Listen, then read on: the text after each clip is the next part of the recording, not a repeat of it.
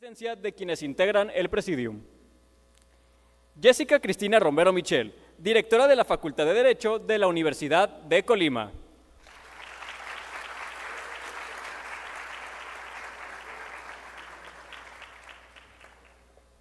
Nos acompaña también José Luis Puente Anguiano, magistrado presidente del Tribunal Electoral del Estado de Colima.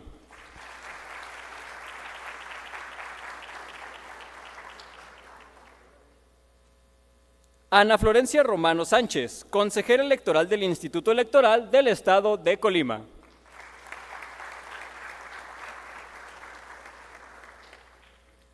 Desde la virtualidad nos acompaña Edgar Guerrero Aguirre, director general de Relaciones Institucionales Nacionales del Tribunal Electoral del Poder Judicial de la Federación.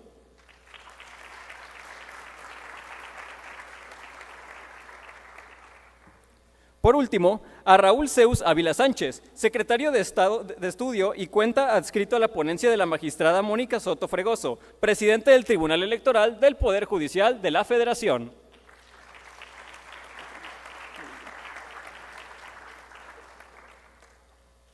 Asimismo, agradecemos la presencia del Pleno del Tribunal Electoral del Estado de Colima, del Consejo General del Instituto Electoral del Estado de Colima, de la vocal ejecutiva de la Junta Local Ejecutiva del Instituto Nacional Electoral del Estado, del vicefiscal del Estado, de la Coordinadora de Ministerios Públicos de la Fiscalía General del Estado e Iván Arciniega Hernández, agente del Ministerio Público de la Fiscalía General del Estado. Al funcionariado también del Tribunal Electoral del Estado, así como al doctor Enoc Francisco Morán Torres, profesor de tiempo completo, quien imparte la materia de Derecho Electoral en la Facultad de Derecho, así como al alumnado y comunidad universitaria que hoy nos acompañan. A continuación, escucharemos el mensaje de bienvenida de la doctora y directora de la Facultad, Jessica Cristina Romero Michel.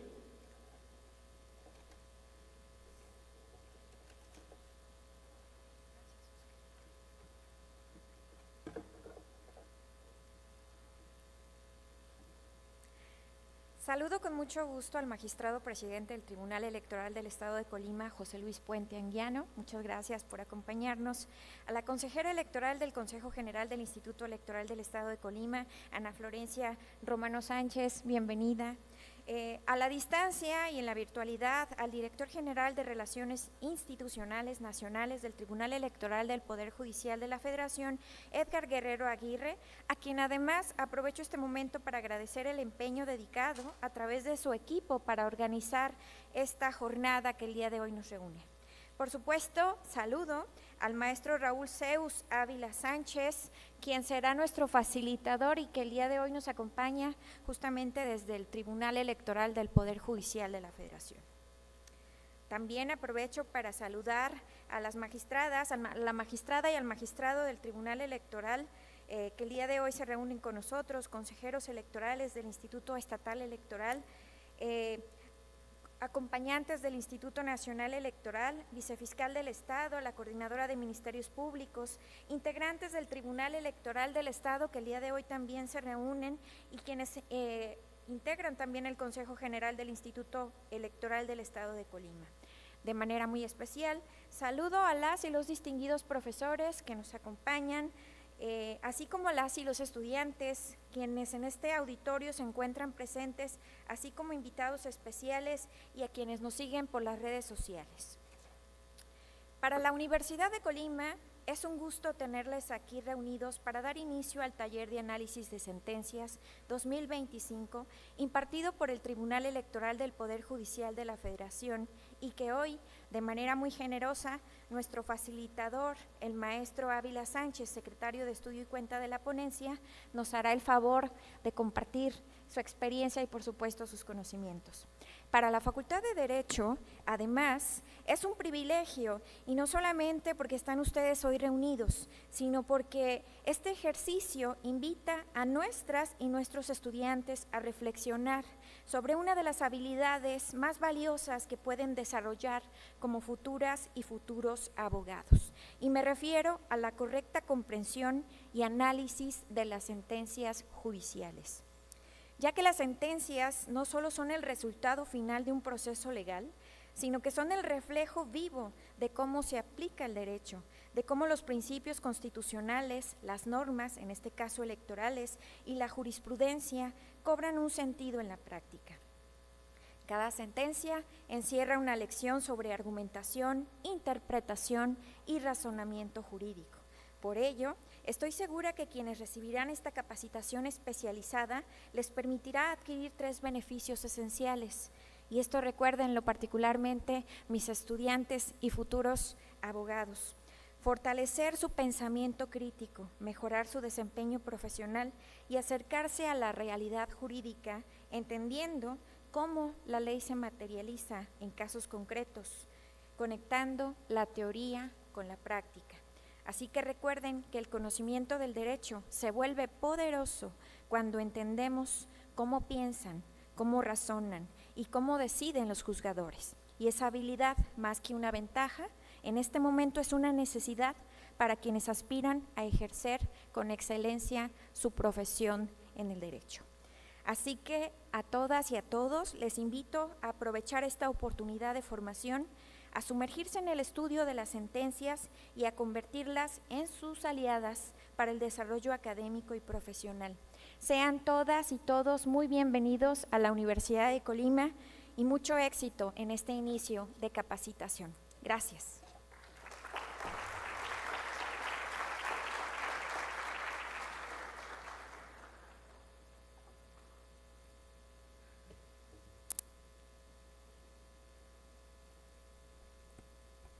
Muchas gracias por sus palabras, directora. Enseguida, escucharemos el mensaje de bienvenida de José Luis Puente Anguiano, magistrado presidente del Tribunal Electoral del Estado de Colima. Buenas tardes.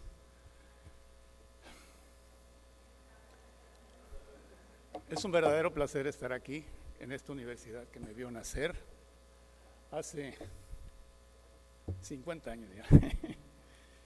Muy buenas tardes a todos y todos. Saludo con respeto a quienes conforman el presidium de este importante encuentro institucional. En primer término, a la directora de la Facultad de Derecho de la Universidad de Colima, anfitriona de este espacio académico, a quien agradezco profundamente las facilidades brindadas para la realización de este evento. Doctora Jessica Cristina Romero Michel, me permito solicitarle sea usted el amable conducto para transmitir nuestro saludo institucional al rector de la Universidad de Colima, el doctor Cristian Jorge Torres Ortiz Cermeño, por su respaldo a las actividades que fortalecen la formación jurídica y democrática de nuestra comunidad. Asimismo, extiendo un saludo cordial al maestro Edgar Guerrero Aguirre, director general de Relaciones Interinstitucionales Nacionales del Tribunal Electoral del Poder Judicial de la Federación. Muchas gracias por haber seleccionado nuestro bello estado de Colima para la realización de este acto que, sin duda alguna, es de suma trascendencia para la comunidad universitaria. Adicionalmente, saludo al licenciado Raúl Ávila Sánchez, secretario de Estudio y Cuenta, adscrito a la ponencia de la magistrada Mónica Aralizo Tofregoso, presidenta del Tribunal Electoral del Poder Judicial de la Federación. Igualmente, saludo al licenciado Abel Franco Espinosa, integrante de la Dirección General de Relaciones Interinstitucionales Nacionales del Tribunal Electoral del Poder Judicial de la Federación. Extiendo un saludo a la licenciada Ana Florencia Romero Sánchez, consejera electoral del Consejo General del Instituto Electoral del Estado de Colima, que nos acompaña en este presidio. Muchas gracias. También saludo a mis compañeros, la magistrada Agizde Anguiano Polanco y al magistrado Guillermo de Jesús Navarrete Zamora, estudiosas y reconocidas personalidades locales que me acompañan en la integración del Pleno del Tribunal Electoral que me honro en presidir, el Tribunal Electoral del Estado de Colima.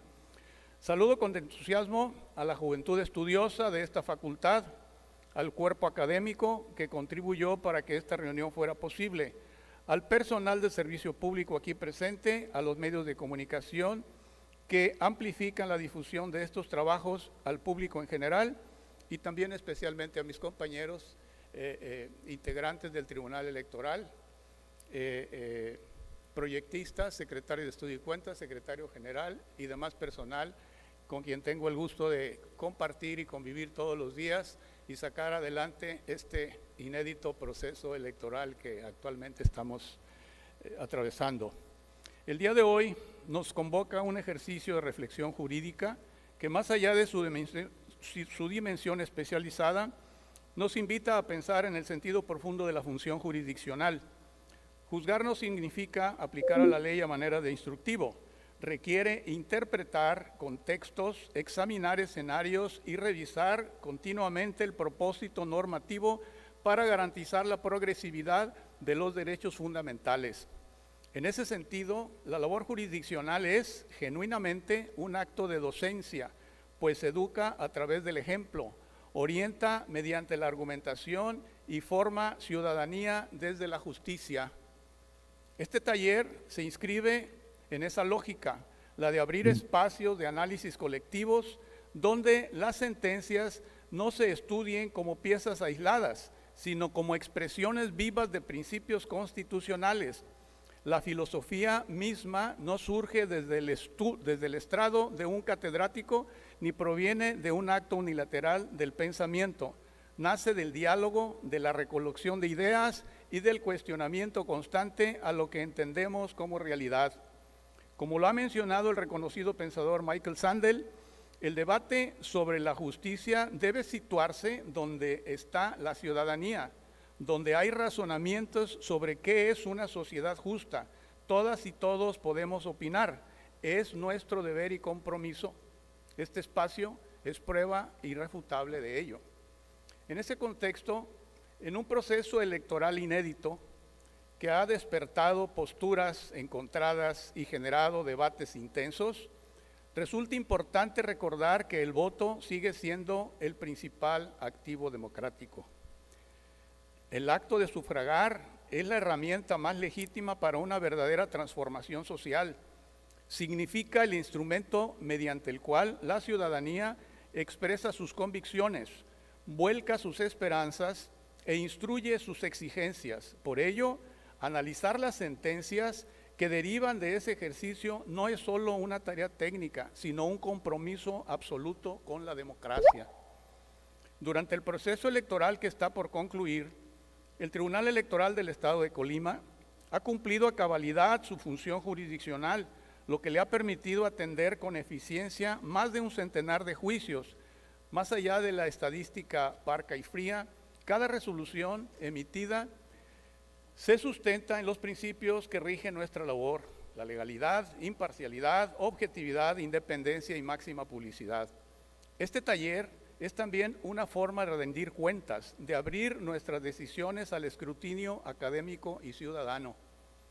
Reconocemos que los procesos de cambio generan incertidumbres sin distingo de quienes los experimentan, pero también sabemos que la juventud ha demostrado una notable capacidad de resiliencia, aprendiendo de los retos y transformando las dificultades en oportunidades de crecimiento. Desde nuestra experiencia institucional, valoramos profundamente el interés de las nuevas generaciones por comprender, cuestionar y fortalecer el sistema democrático. A propósito de ello, me permito atraer un adagio que dice así: un mar en calma nunca hizo un marinero experto. Esto significa que las tempestades institucionales, los desafíos jurídicos y los debates públicos no debilitan la vocación democrática, la fortalecen, porque es en la adversidad donde se consolidan los principios, se afina el criterio y se reafirma el compromiso con la legalidad. Este taller es una muestra de ello, un espacio fértil para el intercambio respetuoso, la crítica constructiva y el fortalecimiento de nuestras instituciones. Que cada participación contribuya a formar una ciudadanía más informada, más justa y más comprometida con el Estado de Derecho. Muchas felicidades y muchas gracias. Mucho éxito a todos.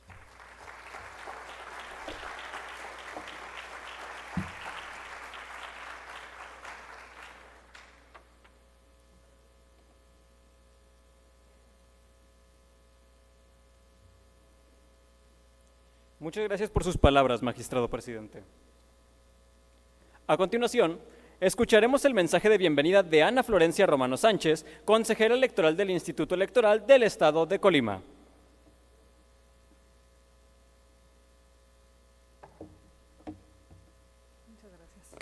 Muy buenas tardes a todas y todos las personas aquí presentes. En primer término, me permito agradecer al Tribunal Electoral del Poder Judicial de la Federación por hacer extensiva la invitación a este evento al Instituto Electoral del Estado, que en el presente acto me honro en representar. De igual manera, saludo con gusto al honorable presidium, a la doctora Jessica Romero Michel, directora de esta Facultad de Derecho. Nuevamente un gusto estar en esta facultad, directora. Al licenciado José Luis Puente Anguiano, magistrado presidente del Tribunal Electoral del Estado de Colima. De igual manera, al maestro Raúl Zeus Ávila Sánchez, bienvenido.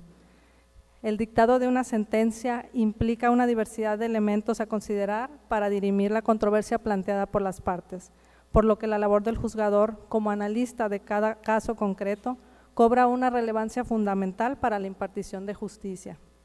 Particularmente en tratándose de justicia electoral, al Instituto como autoridad de índole administrativa regido por el principio de legalidad, le son vinculantes las resoluciones de los tribunales electorales, tanto el federal como el local, debiendo acatar las mismas en todos sus efectos y alcances, además de fijar criterios que fortalecen la certeza de los actos electorales y el acervo jurídico en la materia. Me congratulo que lleven a cabo este tipo de talleres por parte de la Sala Superior, del cual seguro estoy nos llevaremos una grata experiencia y aprendizaje. Muchas gracias.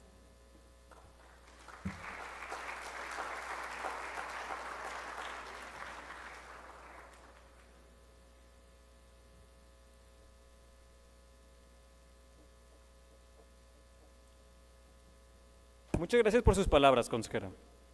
Finalmente, escucharemos el mensaje de bienvenida de Edgar Guerrero Aguirre, director general de Relaciones Institucionales Nacionales del Tribunal Electoral del Poder Judicial de la Federación. ¿Qué tal? Muy buenas tardes a todas y a todos ustedes. Desde la Ciudad de México les envío un saludo de parte de la magistrada presidenta del Tribunal Electoral del Poder Judicial de la Federación, Mónica Aralí Soto Fregoso, al igual que de las y los magistrados que integran el pleno de esta sala superior, así como de las salas regionales. Decirles que justamente nos encontramos en imposibilidad de estar su servidor en Colima porque el día de hoy están discutiéndose y resolviéndose asuntos inherentes a la elección judicial. Agradecer también, por supuesto, a Jessica Cristina Romero Michel, directora de la Facultad de Derecho de la Universidad de Colima, por la anfitrionía para poder encontrarnos en este estado, que era una deuda pendiente que tenía el Tribunal Electoral de poder llevar actividades a dicha entidad federativa. De José Luis Puente Anguiano, magistrado presidente del Tribunal Electoral del Estado de Colima, todas las facilidades y la posibilidad de estar allá, toda la colaboración que hemos encontrado. Ana Florencia Romano Sánchez, consejera electoral del Consejo General del Instituto Electoral del Estado de Colima, también agradecer su presencia y por supuesto también agradecerle a Raúl Zeus Ávila Sánchez, secretario de Estudio y Cuenta, decano de esta Sala Superior del Tribunal Electoral, integrante de la ponencia de la magistrada presidenta Soto Fregoso, el que una vez más nos acompaña para cumplir con esta importante labor. Decirle a todas y todos los presentes, tanto en el presidium como a las y los estudiantes de la Facultad de Derecho de la Universidad de Colima, que las sentencias son la materia prima de cualquier órgano jurisdiccional, de cualquier tribunal. Y es a través de las mismas que se va construyendo la verdad jurídica que quienes imparten justicia van dictando y que van orientando la actuación de todas y todos los actores que participan en el terreno político, en el caso de las elecciones, de los procesos comiciales, de la renovación de las dirigencias de los partidos políticos y de todos aquellos extremos que tocan los derechos político-electorales de la ciudadanía. En ese sentido, para nosotros es muy importante el que los talleres de análisis de sentencia cumplan el cometido de llevar con un lenguaje ciudadano, facilitado, extendido, lo que hacemos en el Tribunal Electoral. Y en ese sentido decirles que el proceso electoral judicial que concluyó con el día de las elecciones hace apenas unos meses y que hoy está por terminar cuando el 1 de septiembre tomen protesta las y los nuevos juezas y jueces, magistradas y magistrados, ministras y ministros, le ha significado a la materia electoral una renovación muy importante desde el punto de vista de los criterios, de las consideraciones y de todos aquellos temas en donde en muchas ocasiones se pensaba que las verdades estaban ya dadas por sentadas y sin embargo nos enfrentamos a la primera elección en la que la ciudadanía participa para elegir a los integrantes del Poder Judicial. En ese sentido, hoy conoceremos una sentencia de suma importancia respecto a los recursos económicos, financieros que se utilizaron para desarrollar el proceso judicial y la reglamentación que se dio de los mismos para que fueran lo más transparentes y para que además se recurriera a extremos novedosos que pusieran a prueba la posibilidad del desarrollo de estas elecciones a través de una financiación más reducida, más controlada, haciendo uso de otros elementos como las redes sociales, intentando no recurrir al papel, por ejemplo, una serie de cuestiones que han sido reclamadas por la ciudadanía de mucho tiempo atrás y que fueron puestas en práctica como prueba en esta elección judicial. De esta manera, decirles que como máxima instancia en la materia electoral, que es el Tribunal Electoral, cumplimos con el papel de impartir justicia, pero también de comunicarla y de preocuparnos porque las juventudes, porque la ciudadanía en general pueda saber lo que hacemos, pueda saber que tenemos la última palabra en esta materia y que nuestra guía es el mandato constitucional que ordenó la celebración de estas elecciones y el que las sentencias han sido determinantes al haberse regulado de manera novedosa estos comicios para poder ir resolviendo las dudas, para poder ir disipando los vacíos que se generaron. Así es que estoy seguro de que esta actividad será muy enriquecedora. Espero que no sea la primera ocasión, sino muchas más se puedan dar para que estemos en el bello estado de Colima, el primer estado gobernado por una mujer en este país hace cerca de 46 años y que de esa manera podamos seguir construyendo la comunicación entre las instituciones y hacia la ciudadanía. Muchísimas gracias, les agradezco su atención.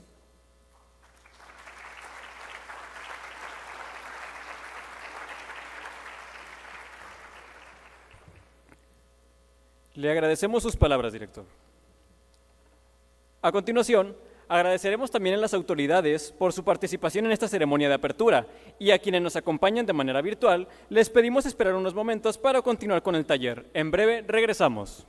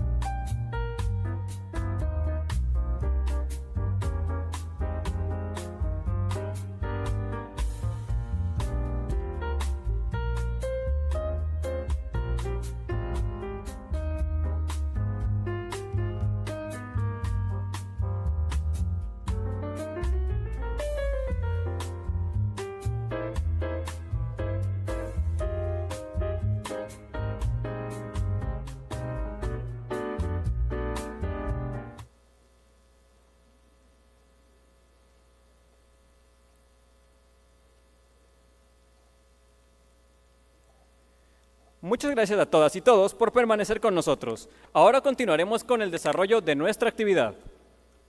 Asimismo, les informamos a quienes nos siguen de manera virtual que sus preguntas serán atendidas posteriormente por nuestro ponente a través de su correo electrónico. Ahora, demos la bienvenida a nuestro ponente Raúl Zeus Ávila Sánchez, secretario de Estudio y Cuenta adscrito a la ponencia de la magistrada Mónica Aralí Soto Fregoso, presidente del Tribunal Electoral del Poder Judicial de la Federación, de quien me permitiré leer una breve semblanza. Es licenciado en Derecho y especialista en Derecho Electoral por la Facultad de Derecho de la Universidad Nacional Autónoma de México, misma casa de estudios en que cursó la maestría en Derecho. Además, es máster en Protección de Derechos Fundamentales por la Universidad Complutense de Madrid. Ha impartido diversos cursos, talleres y conferencias relacionados con la materia electoral. Desde 2001, labora en la Sala Superior del Tribunal Electoral del Poder Judicial de la Federación, en donde ha ocupado diversos cargos. Actualmente, es secretario de Estudio y Cuenta adscrito a la ponencia de la magistrada presidenta Mónica Aralí Soto Fregoso. Adelante, secretario. Tiene usted el uso de la voz para presentar el análisis de la sentencia SUP-JDC 1235-2025 y sus acumulados.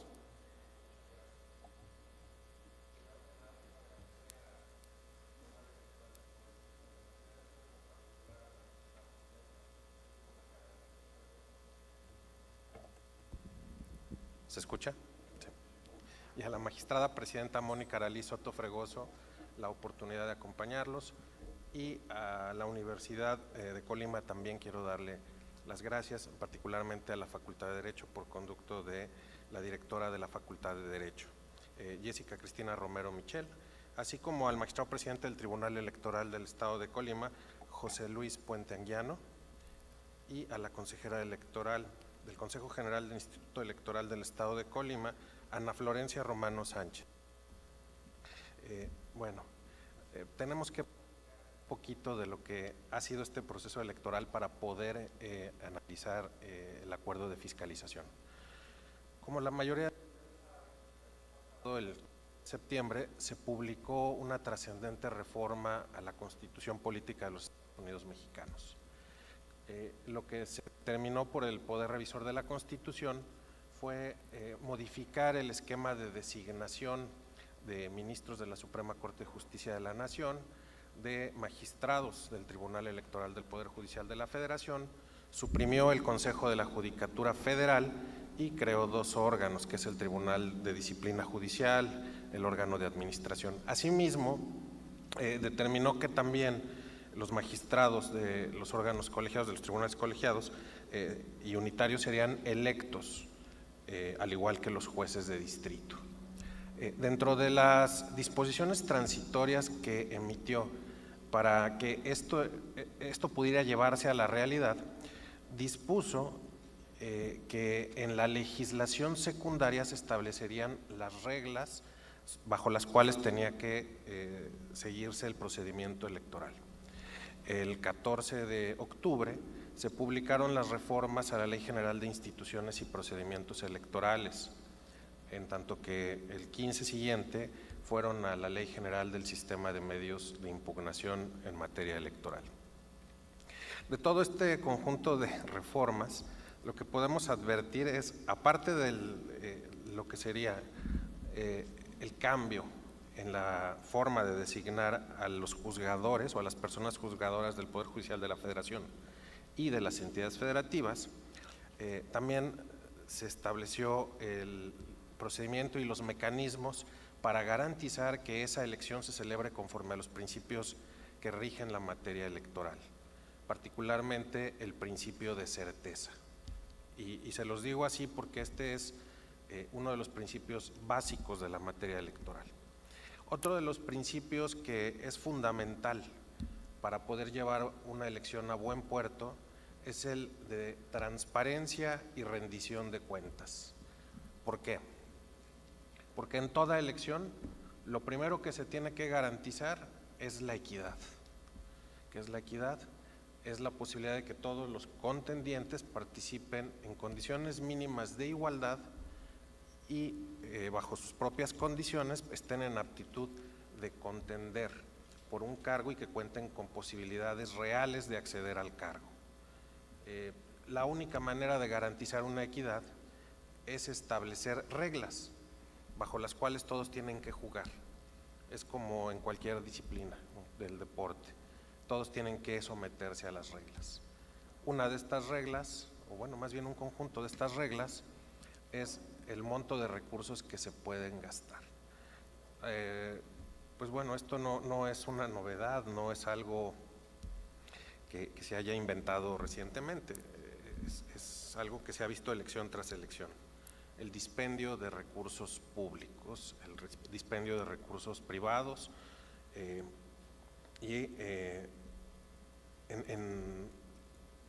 las elecciones. Se ha determinado esto en algunas sentencias, particularmente de los públicos. ¿Por qué digo públicos? Porque los partidos políticos son financiados por recursos del Estado. Recursos privados es cuando los ciudadanos, las ciudadanas, determinan aportar a los partidos políticos recursos. Ellos participan bajo unas reglas.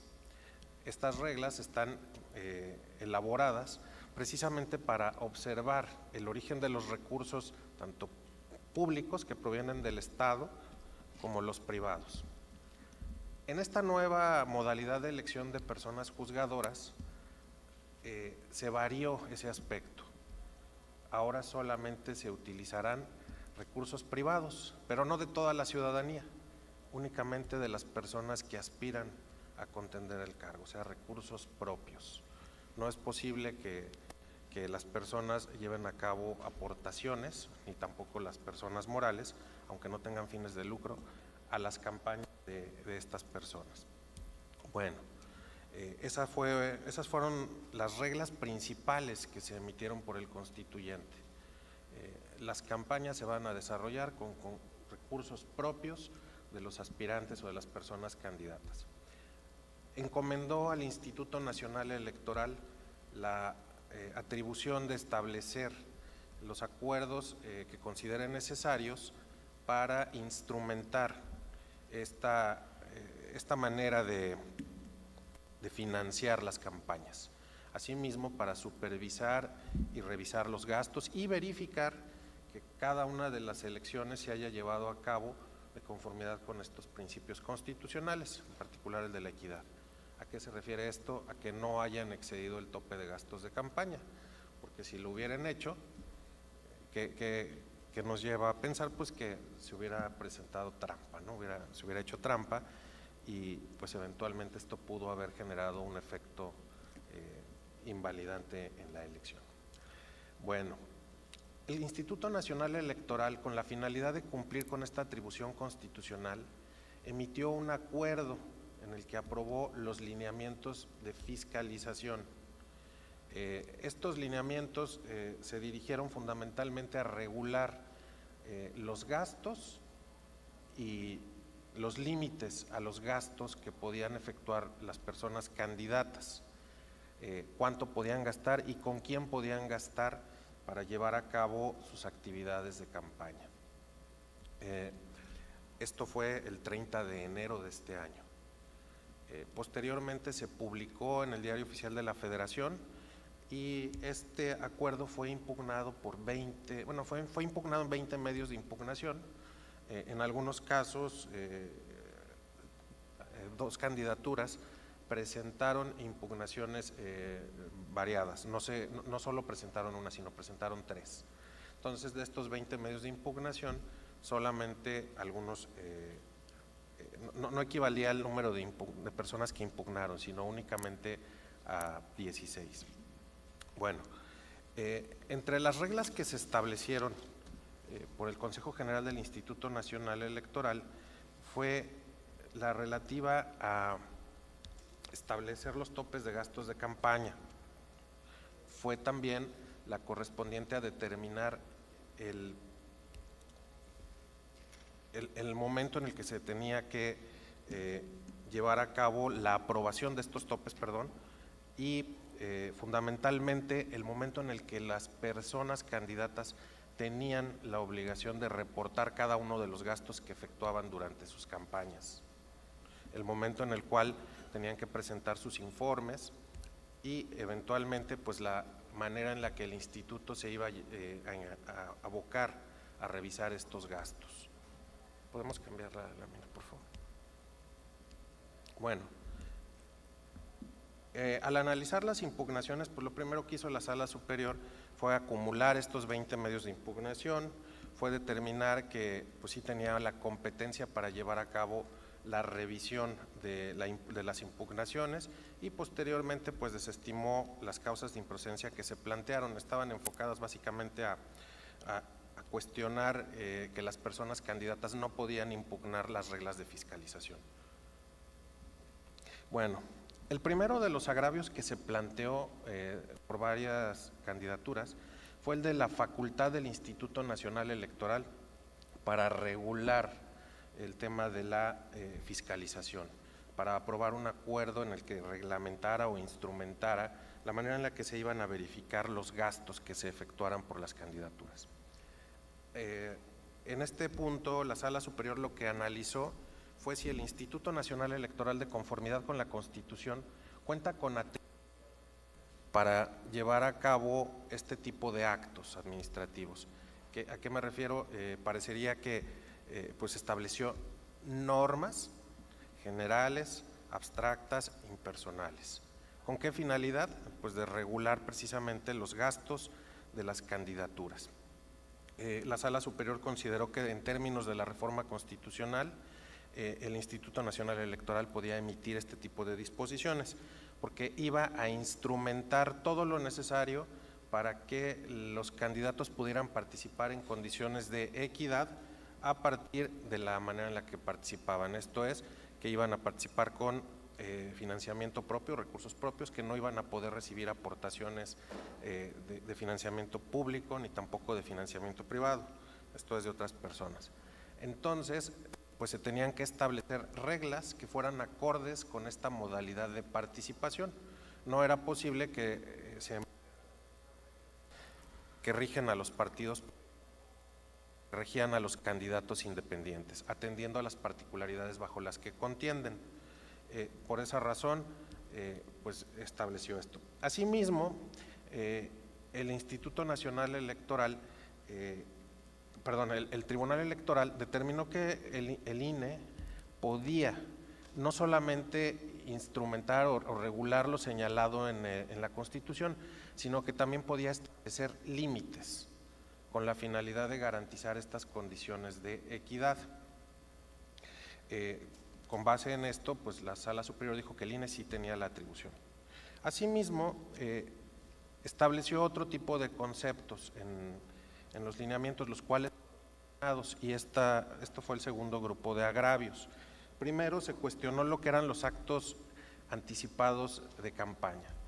Nosotros en la legislación no encontramos una definición de lo que es un acto anticipado de campaña, ni siquiera para las elecciones que se rigen por partidos políticos y en la que participan candidaturas independientes.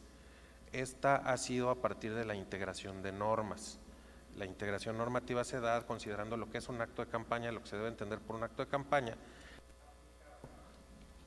al aspecto temporal del momento en el que deben de ocurrir.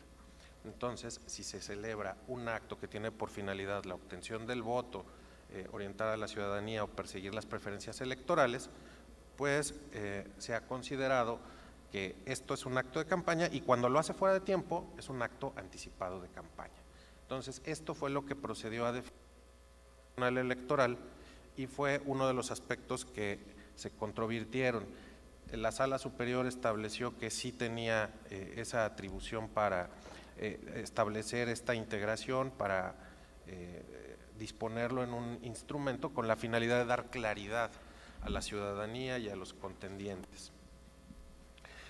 Asimismo, la Sala Superior dispuso que las candidaturas, los candidatos y las candidatas tenían la obligación de abstenerse de participar en actos proselitistas con partidos políticos.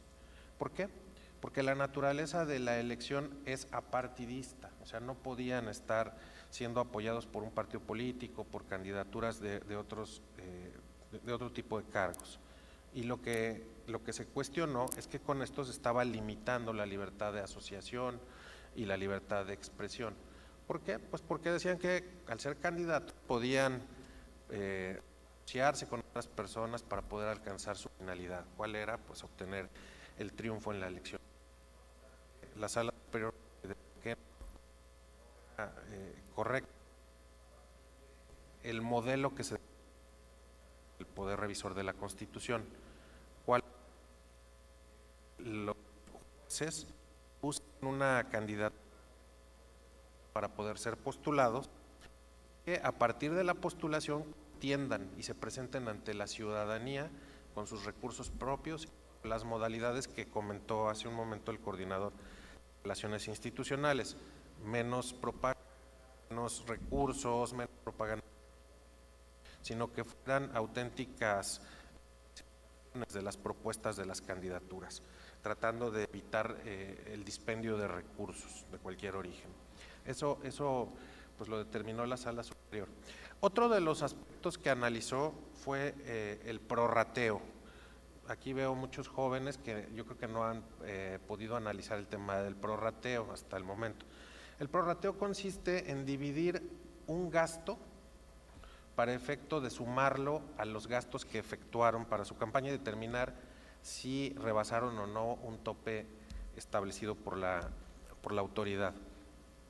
Es decir, si hicimos un acto 3 personas para obtener el voto ciudadano y en ese acto nos gastamos 100 pesos, pues el prorrateo consiste en determinar cuánto debe de cargarse a cada una de las cuentas de las personas que efectuaron o que participaron en este acto y que se vieron beneficiados. Bueno, aquí hay un tema. Aquí hay un tema. Atendiendo a las reglas partidistas o de la elección regida por partidos políticos, cuando hay postulaciones de candidaturas por parte de los partidos, estas tienen un origen común. ¿Cuál? Pues el partido político que los manda. Entonces, las campañas se llevan a cabo bajo ideas, principios similares, bajo propuestas de campañas similares y por ende podrían participar todos en un mismo evento.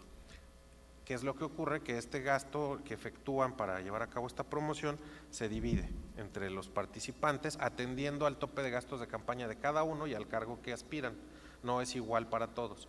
Si uno tiene un tope de gastos de campaña del doble que otro, pues se le carga el doble al que tiene más posibilidades de gasto.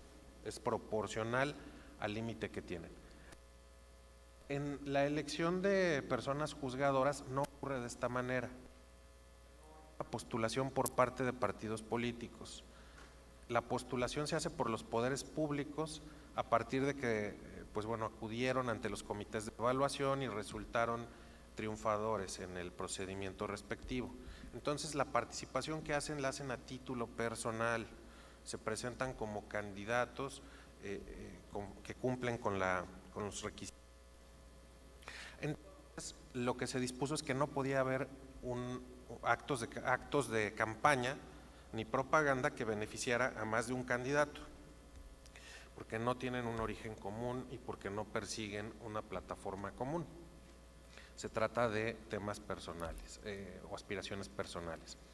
En este punto, lo que ocurre es que el Instituto Nacional Electoral determinó que cuando advirtiera este tipo de eventos o este tipo de propaganda en la que se vieran beneficiadas más de una candidatura, pues iba a llevar a cabo el prorrateo.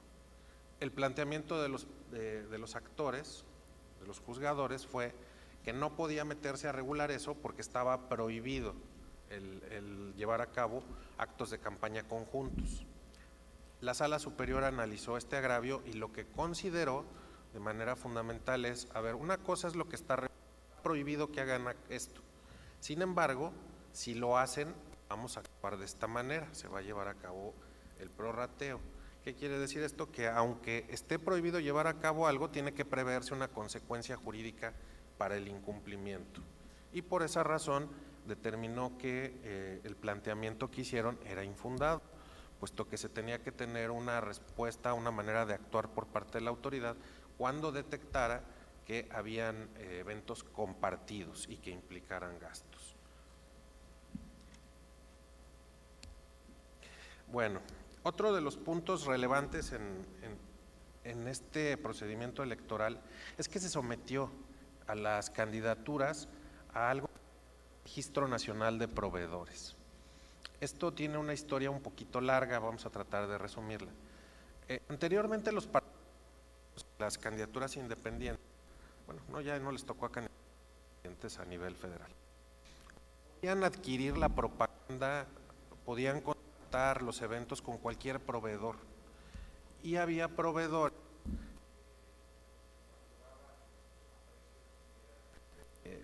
inverosímiles. No sé si ustedes consideran que un evento, por ejemplo, en el que exista Shakira, les pueda costar 1,000 pesos. Pues no. Lo que planteaban era que era libre contratación. Y así es como informaban de ese tipo de eventos. Me fui al absurdo, ¿no? Pero trataban de reportar los gastos haciéndolos más bajos con la finalidad de poder gastar más en la contienda y obtener mayores beneficios o mayores ventajas. A partir de este tipo de sucesos que se fueron presentando en las elecciones, el Instituto Nacional Electoral fue estableciendo mecanismos para evitar que se dieran este tipo de situaciones que permitieran ventajas indebidas. Lo que hizo primero fue establecer unas matrices de precio, estableciendo, o más bien analizando el mercado y viendo cuáles eran los precios más altos y cuáles eran los más bajos, y verificando si los costos que reportaban los partidos políticos estaban dentro de estos umbrales, alto o bajo, y a partir de esto calificar su licitud. No obstante, con esto no basta. Entonces, con posterioridad lo que hizo fue crear un registro nacional de proveedores, es decir, personas encargadas de prestar los servicios o de venderles los productos necesarios para su propaganda, para sus actos de campaña, que van a registrarse ante la autoridad y con los que únicamente pueden contratar para las campañas políticas. Para que exista una un equilibrio en el gasto. Los costos son los mismos para todos y evidentemente pues va a haber un reporte que no van a poder falsear, no van a poder abusar del derecho de contratación libre. Van a tener lo que hacer por medio de este Registro Nacional de Proveedores y someterse a los montos establecidos, ya sean máximos o mínimos. Entonces, el Instituto Nacional Electoral determinó que las candidaturas del Poder Judicial al Poder Judicial de la Federación también tenían que someterse a estas reglas, contratar con las personas registradas en este Registro Nacional de Proveedores y sujetarse a esos precios. Lo que se planteó fundamentalmente por los candidatos a juzgadores fue que pues estaba violando la libre contratación. Se dijo a salas superiores que no, sino que se estaba regulando la participación equitativa y que no existía un derecho absoluto a contratar cuando se está haciendo con la finalidad de obtener un cargo público de elección popular. Con base en esto, pues desestimó esos planteamientos. Muy bien. Otro de los puntos que reguló el Instituto Nacional Electoral fue el informe de la capacidad de gasto. Se vinculó a todos los candidatos a que le informaran a la autoridad cuánto dinero podían gastar, cuáles eran sus ingresos. ¿Por qué hizo esto? Porque tiene que garantizar que la persona que es candidata pueda sufragar o pueda erogar aquello que está reportando. Si no tiene la capacidad de gasto para comprar 100 gorras que a lo mejor iba a dar como propaganda o quizá mandar a hacer 10,000 volantes, pues evidentemente haya por ahí un financiamiento ilícito y entonces la autoridad tendría que llevar a cabo la investigación correspondiente para poder arribar a la conclusión de si recibió un financiamiento, si este fue ilícito y eventualmente si eso le genera un beneficio que indebidamente le pudo haber llevado a la obtención del triunfo. La Sala Superior consideró que se trataba de una modalidad de verificación de gasto, entonces como tal pues no hay una irregularidad porque pues a final de cuentas se trata de una persona que se está sometiendo a un proceso electoral y lo que están permitiéndole es que la propia candidatura informe de buena fe cuánto está ganando. Si la autoridad advertía que pues no había una congruencia entre lo que estaba informando y lo que se veía, pues bueno, ya la autoridad desplegaba sus atribuciones requiriendo a las autoridades hacendarias y fiscales. Eso lo hizo en un segundo momento, pero el aspecto original es que les estaba dando la oportunidad de que ellos informaran motu propio a la autoridad pues cuánto ganan. Esto era para facilitarle a la autoridad las cosas y para que no generaran, digamos, actividad del Estado innecesaria. ¿Por qué? Porque el INE a final de cuentas tiene la facultad de comprobación y ante el INE no es oponible el secreto bancario. El INE puede requerir a las autoridades hacendarias la información necesaria para verificar los recursos de los actores políticos, en este caso de los candidatos. Les dio la oportunidad de que lo hicieran pues así, de buena fe. El otro punto sobre esta temática consistía en que los aspirantes o los candidatos planteaban que se iba a violar su derecho a la privacidad, que se iban a divulgar sus datos personales y efectivamente pues no iba a pasar esto, ¿no? El instituto pues estableció las reglas señalando que se iban a proteger los datos de salud. Muy bien. Hay otro tema que es relevante y es el tecnológico. Muchos de ustedes son jóvenes y ya nacieron con la tableta bajo el brazo. Antes era la torta, pero ahora ya no. En este punto, ustedes saben manejar muy bien la tecnología. Muchas personas no tienen acceso a esa tecnología. Algunos tienen acceso, pero no la saben manejar. Esos fueron algunos de los planteamientos que se vertieron por candidaturas a jueces y magistrados. ¿Por qué? Porque el Instituto Nacional Electoral estableció un mecanismo de personas candidatas a personas juzgadoras. Es un mecanismo electrónico de los que ya ha venido manejando el Instituto Nacional Electoral desde hace pues algunos años, para facilitar el reporte de los gastos de las candidaturas. Esto lo hace a través de una plataforma que tiene y que es accesible pues con el simple acceso a internet y una computadora con requerimientos mínimos.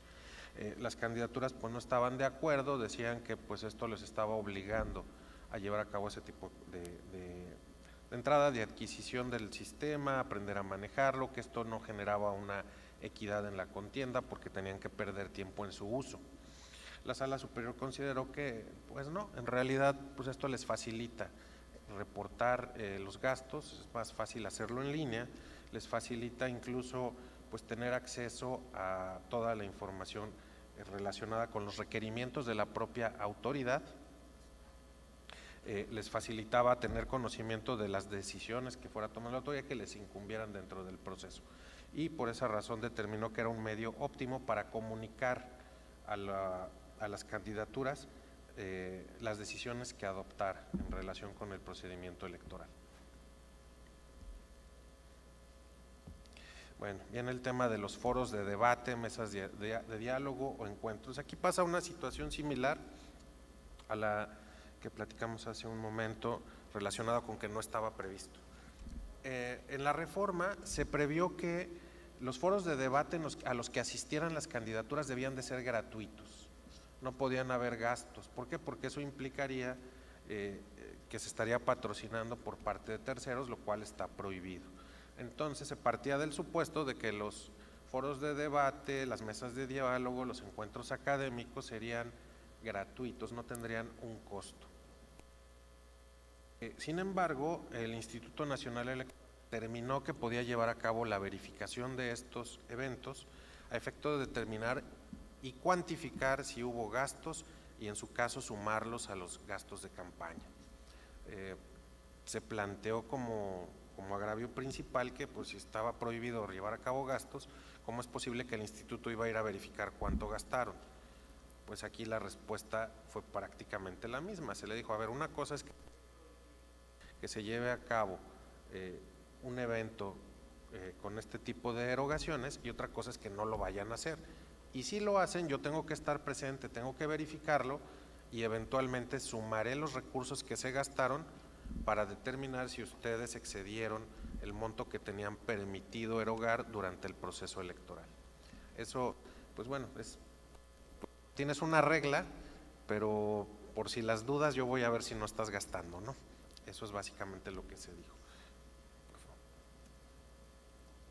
Otro de los aspectos que se implementó por el Instituto Nacional Electoral fue el uso de la e-firma. Pasa lo mismo, muchas candidaturas señalaron que pues se les estaba obligando a adoptar procedimientos no previstos en la ley, a acceder al sistema a través de la e-firma, acudir a la Secretaría de Hacienda a obtenerla, lo cual consideraron incluso que resultaba inequitativo frente a aquellas personas que ya tenían la e-firma, aquellas que la sabían utilizar. Aquí la Sala Superior le dijo que era un aspecto instrumental, que pues era de fácil acceso, que podían tenerlo y que no les implicaba propiamente una carga desproporcionada ni innecesaria. Y por el contrario, constituía un mecanismo para verificar la identidad de la persona que llevaba a cabo los procedimientos ante el instituto por vía electrónica. Bueno, viene el tema de registrar las operaciones en tiempo real. Desde hace algún tiempo el Instituto Nacional Electoral implementó un sistema de informe de gastos en tiempo real. ¿A qué se refiere esto? Que cuando un candidato va a llevar a cabo un evento, tiene que decírselo a la autoridad. Cuando hace un gasto, tiene que presentarle la factura por medio electrónico. Cuando compra o cuando pacta, celebra un contrato con algún proveedor, tiene que informarlo a la autoridad. A esto se le denomina operaciones, o le han denominado operaciones. Pueden ser compras, pueden ser pagos, pueden ser promesas, todo tipo de acto que implique una contratación, un pago, debe de informarse a la autoridad para que tenga conocimiento de este tipo de situaciones y las pueda ir computando. El Instituto Nacional Electoral, desde que estableció este sistema de fiscalización en línea, determinó que el tiempo real eran 3 días. ¿A ustedes 3 días se les hace que es en tiempo real? Pues no, ¿verdad? Pero para el INE sí, y lo hizo con la finalidad de garantizar a las candidaturas que pudieran presentar la documentación de manera oportuna.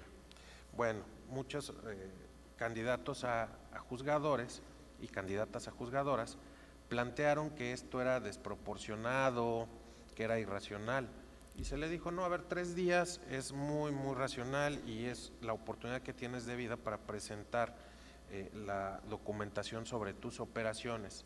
No se te está imponiendo una carga irracional, ni tampoco se genera una desproporción, ni tampoco una inequidad, porque todos los participantes están sometidos a la misma regla y todos lo van a tener que hacer de esta manera. Además de que cuando tú lo presentes yo voy a poder verificarlo lo antes posible. Bueno, este punto es muy sencillo, nada más le habían planteado que no se habían señalado plazos para llevar a cabo la fiscalización, ni tampoco cuáles eran los topes de gastos. El INE en el acuerdo lo que señaló es que lo iba a hacer después en acuerdos posteriores. Entonces se le dijo, a ver, no tenía por qué estar en este acuerdo, este es un acuerdo que sienta bases y las fechas se van a establecer en acuerdos posteriores, que es lo que querían saber para efecto de tener certeza. Muy bien. Otro aspecto que siempre ha llamado la atención en materia de fiscalización es el dinero, el límite de lo que se puede gastar dinero en efectivo. Anteriormente, como lo habíamos platicado, pues existía la posibilidad de que pues, se diera una libre contratación. Se pagaba en efectivo a proveedores, a personas que prestaban los servicios. Pero esto pues permitió que hubiera pues, un dispendio de recursos en las campañas. Era increíble la cantidad de recursos que se erogaban para la obtención de un cargo público. En las elecciones regidas por el sistema de partidos políticos para diversos cargos, existe un límite que es de 90 UMAS. La unidad de medida y actualización, que me parece ahorita está como en 118 pesos o algo así. No la tengo clara, pero es poco más de 100 pesos. Que es el límite de lo que se puede gastar en una operación con dinero en efectivo. Todos saben que pues bueno, el dinero en efectivo puede circular y a veces no tienen control sobre el mismo. Precisamente por esa razón se establece un límite de los gastos que se pueden hacer por operación bajo esta modalidad. En efectivo solamente se pueden pagar hasta 20 UMAS por cada operación. Eso fue lo que se determinó.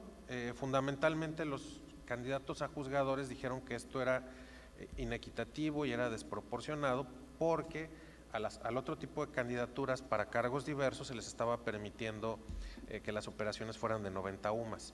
La Sala Superior le dijo, a ver, esto tiene que ser proporcional a la modalidad bajo la cual participas. A otras candidaturas se les da la oportunidad de tener recursos públicos y recursos privados, financiamiento público, financiamiento privado. Tienen otro régimen de financiamiento al que tú tienes, porque tú únicamente accedes a partir de recursos propios. Además, en las otras campañas los topes de gastos son diferentes a los que tú manejas. Son topes más pequeños porque atienden precisamente a que se trata de campañas políticas que se realizan con recursos propios, en los que no se va a llevar a cabo pues, una erogación cuantiosa.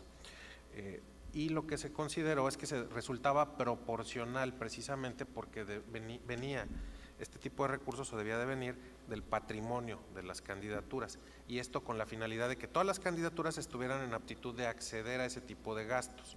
Si lo ponen más alto, pues menos candidaturas podrían mantener esa participación en las mismas condiciones. Siguiente, por favor. Muy bien. Otro de los puntos, las reglas de pautado. Todos sabemos que, bueno, radio y televisión ya no se puede acceder a menos de que sea en los tiempos del Estado, que se administran por el Instituto Nacional Electoral. Una salida que se encontró en las campañas por parte de los partidos políticos fue acudir a Internet, a los sitios de streaming y otro tipo de modalidades, como por ejemplo las redes sociales, que se dedican a transmitir o a difundir videos. ¿Qué ocurre? Que los partidos políticos han optado por llevar a cabo programas o planes de propaganda masivas en este tipo de medios. Bueno, pues en este caso el legislador determinó que no se iba a poder llevar a cabo este tipo de publicidad. Y esto se replicó en los lineamientos para la fiscalización. ¿Por qué digo que lo determinó el legislador? El legislador determinó que únicamente se podía llevar a cabo la difusión de propaganda impresa. Entonces, si dijo el legislador solo pueden difundir propaganda impresa, pues esto excluye a toda la demás propaganda. Y por esa razón no podían llevar a cabo contrataciones de pautados en redes sociales o en sitios electrónicos que se dediquen a transmitir videos. Bueno, viene el tema de la propaganda en vía pública, que también es lo que habíamos comentado y que comentó nuestro director de vinculación con órganos nacionales. El tema de la propaganda en vía pública. La propaganda en vía pública también se prohibió. Entonces no se podía estar contratando anuncios espectaculares, pinta de distintas bardas y demás. ¿Por qué? Porque únicamente podía distribuirse propaganda en papel reciclado. Bueno, el tema del deslinde. Sobre el tema del deslinde es un punto muy relevante. Hay una película mexicana muy vieja, no voy a decir nombres ni nada, en la que una persona que es candidata termina en la cárcel porque pegaron propaganda de él en un lugar que estaba prohibido. ¿Y quién pegó esa propaganda? Pues sus contrincantes. ¿Y qué es lo que dijo este candidato? Dijo, yo no la pegué. Bueno, es algo que pasa de alguna manera. Aquí las candidaturas pueden llevar a cabo actos de campaña, pueden difundir propaganda. Pero ¿qué ocurre? Que si se difunde propaganda o si se lleva a cabo un acto en el que él no participó, del que él no tuvo conocimiento, la autoridad, si se entera, si lo monitorea, va a cuantificarlo como un gasto. ¿Qué alternativa tiene una candidatura para decir eso no es mío, yo no participé en eso? Bueno, es el deslinde. En este supuesto, la autoridad estableció ciertas reglas para que se pudieran deslindar. Y esto era pues que dieran aviso por escrito, que tomaran las medidas que consideraran más eficaces y oportunas para poder evitar que esta propaganda generara efectos que le beneficiaran. ¿Qué ocurre? Que los jueces, los candidatos a jueces, a juzgadores y a juzgadoras plantearon un agravio muy interesante, que es ¿cómo voy a deslindarme de algo que yo no conozco? Si una persona está haciendo algo que me favorezca y yo no conozco, ¿cómo me voy a deslindar? Bueno, aquí la Sala Superior fue muy creativa y me parece que muy razonable, porque esto tiene que analizarse caso por caso. La Sala Superior desestimó este planteamiento diciéndole, tú me estás diciendo algo que no ha sucedido, que es un hecho futuro de realización incierta. En el momento en el que se presente este supuesto, yo ya lo analizaré, yo verificaré qué es lo que pasó, si tuviste en realidad la posibilidad de tener conocimiento o si a lo mejor nada más te hiciste pato y preferiste no verlo a fin de obtener un beneficio. Eso ya lo analizaremos en su oportunidad. Y con base en eso determinó que no podía estudiarlo porque no se trataba de un hecho concreto, sino que le estaban planteando suposiciones. Recuerden que los jueces no pueden resolver a partir de suposiciones, es a partir de hechos. Bueno, observación electoral. Ya casi terminamos. Yo sé que la fiscalización es muy cansada, pero es muy importante. Aquí les voy a hacer una pequeña pausa. La fiscalización a la que todo mundo le hace cara fea, o por regla general, es una de las garantías más importantes de toda elección, porque es la única que nos permite verificar si hubo condiciones de equidad, que todos se hayan sujetado al mismo límite de gastos, que todos hayan avisado a la autoridad, que todos hayan contratado con los proveedores, que todos se hayan sujetado a los tabuladores para la compra de la propaganda. Eso es la fiscalización, es una garantía de que el proceso se celebra en condiciones de equidad. Si bien es cierto que es cansado, es tedioso, sí lo es, sobre todo cuando tenemos que revisar y verificar pues estos gastos, pero en realidad es desde mi punto de vista, y lo digo de manera muy personal, es una de las garantías más importantes de los procesos electorales y tiene que llevarse a cabo por una autoridad imparcial. Nosotros sabemos que han habido casos en los que se plantea la nulidad por el rebase al tope de gastos de campaña. ¿Por qué? Porque si alguien rebasó el tope de gastos de campaña por más de un 5, de un 10, de un 50%, pues evidentemente no jugó bajo las mismas reglas. De manera natural, pues pudo haber obtenido mejor acceso a la ciudadanía a partir del gasto que realizó. Pero bueno, pues esto ya es otra historia que a lo mejor algún día platicaremos. Continuamos. El tema de observación electoral. Para la elección de juzgadores se previó la posibilidad de que organizaciones de ciudadanos pudieran ser observadores, presentar un informe sobre cómo se llevó a cabo la elección, en qué condiciones, si se cumplieron los principios de la elección. En estos lineamientos se vinculó a los observadores electorales a presentar un informe. Bueno, esto se cuestionó por parte de los candidatos, de las candidatas, planteando fundamentalmente que era una obligación no prevista en la ley y que por ende el Instituto Nacional Electoral estaba excediendo sus atribuciones. Este planteamiento se desestimó. ¿Por qué? Porque ello, ¿en qué le afecta a las candidaturas? ¿En qué les impediría llevar a cabo sus actos de campaña? No les afecta. Si bien es cierto que a lo mejor pudieran tener razón, lo cierto es que esa norma, esa disposición no les afectaba ni les generaba algún perjuicio para llevar a cabo sus actos de campaña. Entonces, pues se dijo que eran inoperantes, es la calificación que se utiliza. Bueno, ahora sí vamos a ver, ya este es el último tema que se vio en la sala superior, el incumplimiento a las obligaciones de fiscalización.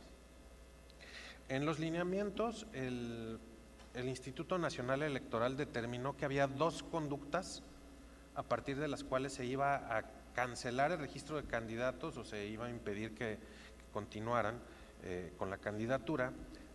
¿Y cuáles eran estos? Recibir recursos de financiamiento público o privado, obtener un financiamiento. O sea, si la autoridad detectaba que se recibió dinero, pues esto iba a implicar la cancelación de la candidatura. Y la otra regla que dispuso fue que si advertía que había participación de partidos políticos o de candidaturas independientes, de coaliciones, de las que se estuviera beneficiando, pues también iba a tener la pérdida de la candidatura. Aquí los candidatos a jueces plantearon que ¿por qué solamente esas conductas? ¿Por qué no otras? Podrían darse muchas otras.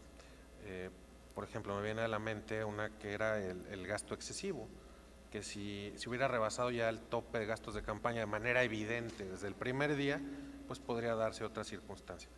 O incluso que en la ley ya estaba prevista la cancelación de la candidatura o la negativa de registro si no se presentaba el informe de gastos de campaña.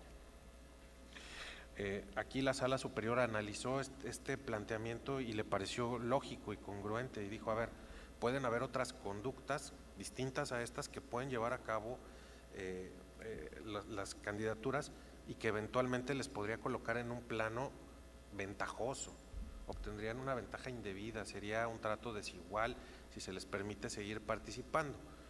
Entonces, cada conducta debe de ser analizada de manera particular, atendiendo a las condiciones de modo, tiempo y lugar bajo las cuales se lleva a cabo y a la situación particular de la candidatura. Y a partir de esto, verificar si la conducta es susceptible de hacer que pierda el registro o de que se le cancele su registro para poder seguir participando. Por ejemplo, ¿cuál podría ser el caso? Alguien que atenta contra las mujeres en su campaña, por ejemplo, que se pone en su propaganda emplea algún material denigrante para las mujeres. Eso podría analizarse, sería susceptible de verificarse. No estoy diciendo que sea así, pero podría llegar a eso, incluso si el gasto fue mayor, si gastó en propaganda que no debía de gastar, también podría alcanzar esos efectos. Y bueno, pues la Sala Superior determinó que se tenía que modificar esta disposición de los lineamientos para efecto de que se estableciera que cada conducta debía de valorarse de manera particular atendiendo a sus circunstancias específicas. Fue la única disposición de los lineamientos que resultó, digamos, modificada por la Sala Superior. Todo lo demás se convalidó. Y con esto pues yo terminaría mis comentarios. Estoy a sus órdenes por si quieren formular alguna pregunta.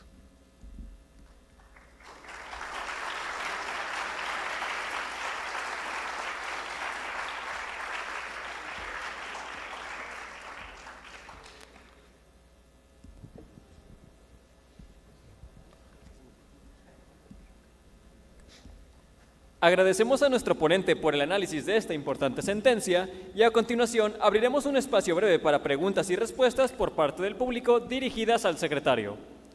Tomaremos un bloque de 3 participaciones y daremos el tiempo necesario para que el secretario emita su respuesta.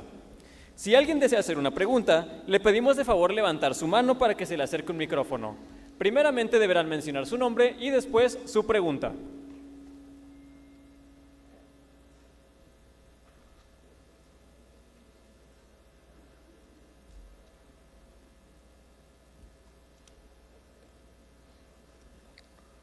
Parece que les quedó muy claro todo, ¿verdad?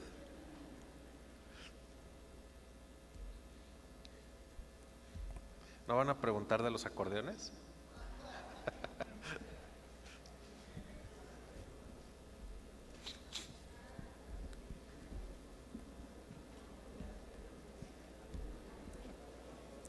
Agradecemos a todas y todos por su participación. Si queda alguna pregunta pendiente, se las pueden hacer llegar al correo electrónico de nuestro ponente y él la responderá con mucho gusto.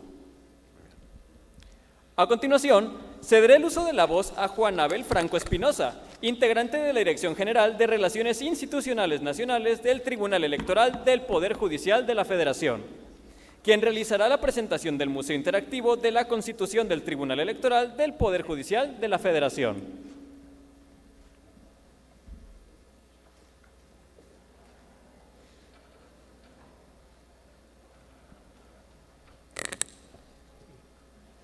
Muy buenas tardes, tengan todas ustedes.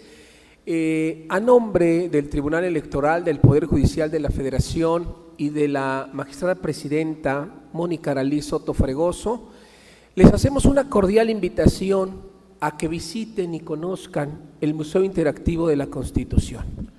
Este museo es único en América Latina.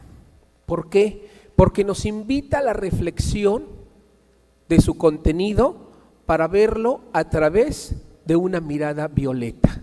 ¿Por qué violeta? Porque si nosotros mezclamos el azul y el rosa, tenemos como resultado el color violeta.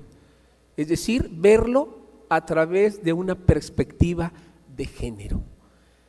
¿Qué nos vamos a encontrar con este museo? En 2024 el museo tuvo una intervención con la colaboración del Instituto Nacional de Estudios Históricos de las Revoluciones en México, el INERP. Se hizo una serie de modificaciones al museo. ¿Sí? Ese es nuestro mural de la igualdad, que como ustedes pueden ver, originalmente estaba así. ¿Qué modificación se le hizo?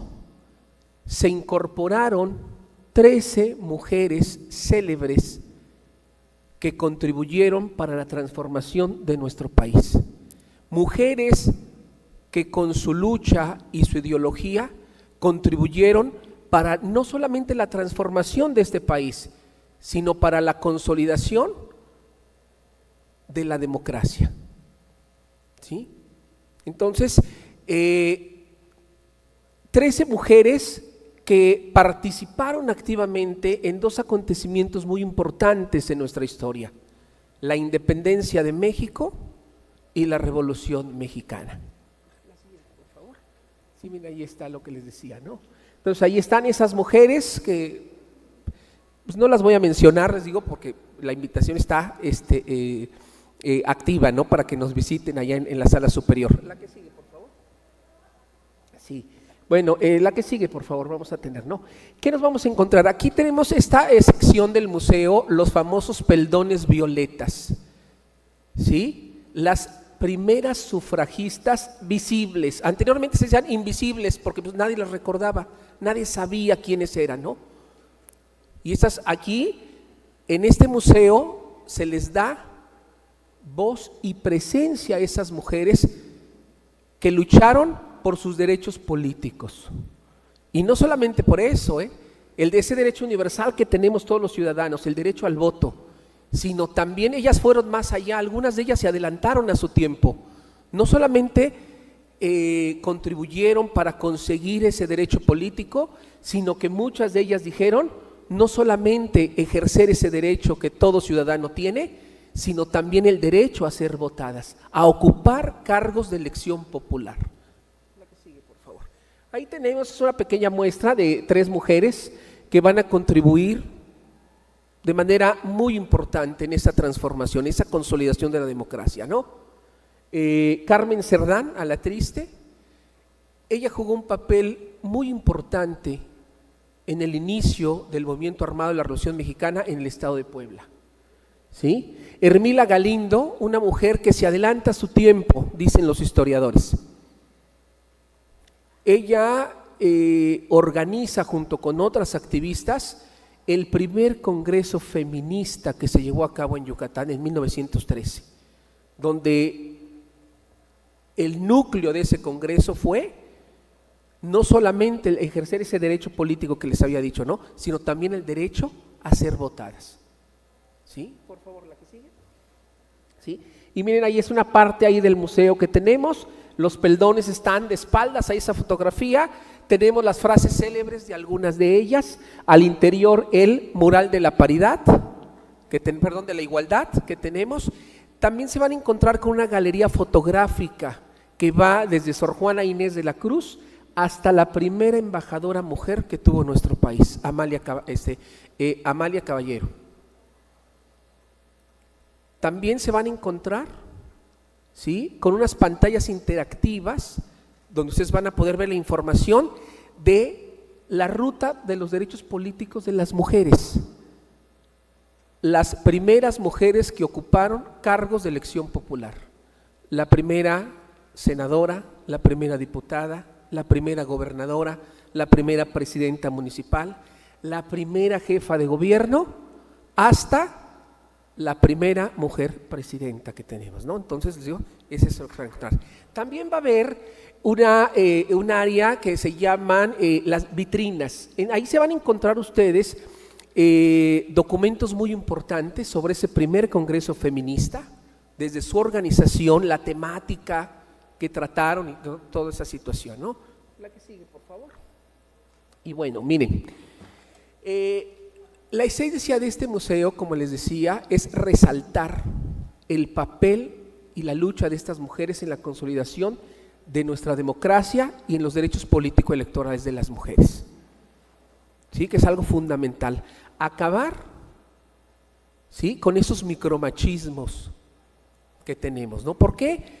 Porque sin duda conocer la contribución de estas grandes mujeres en la transformación de nuestro país no es solamente darles voz y voto, sino es abrir un camino para que el pasado y el presente tomen sentido hacia un futuro más igualitario y más inclusivo. Ya para terminar, les digo con total certeza que el Tribunal Electoral del Poder Judicial de la Federación los espera con los brazos abiertos. allá afuera hay un flyer que se refiere al Museo Interactivo de la Constitución, tiene un código QR que ustedes van a poder escanear y poder programar cuando ustedes gusten una visita guiada. En realidad, háganlo, la van a pasar muy bien, ¿no? Entonces, la invitación queda abierta para que conozcan su tribunal, tu tribunal. Muchísimas gracias.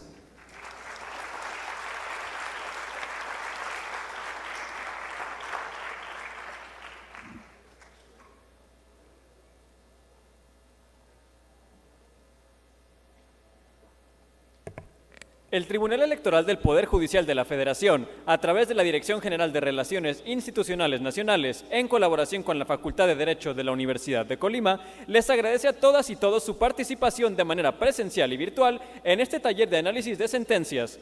Les deseamos una excelente tarde. Muchas gracias.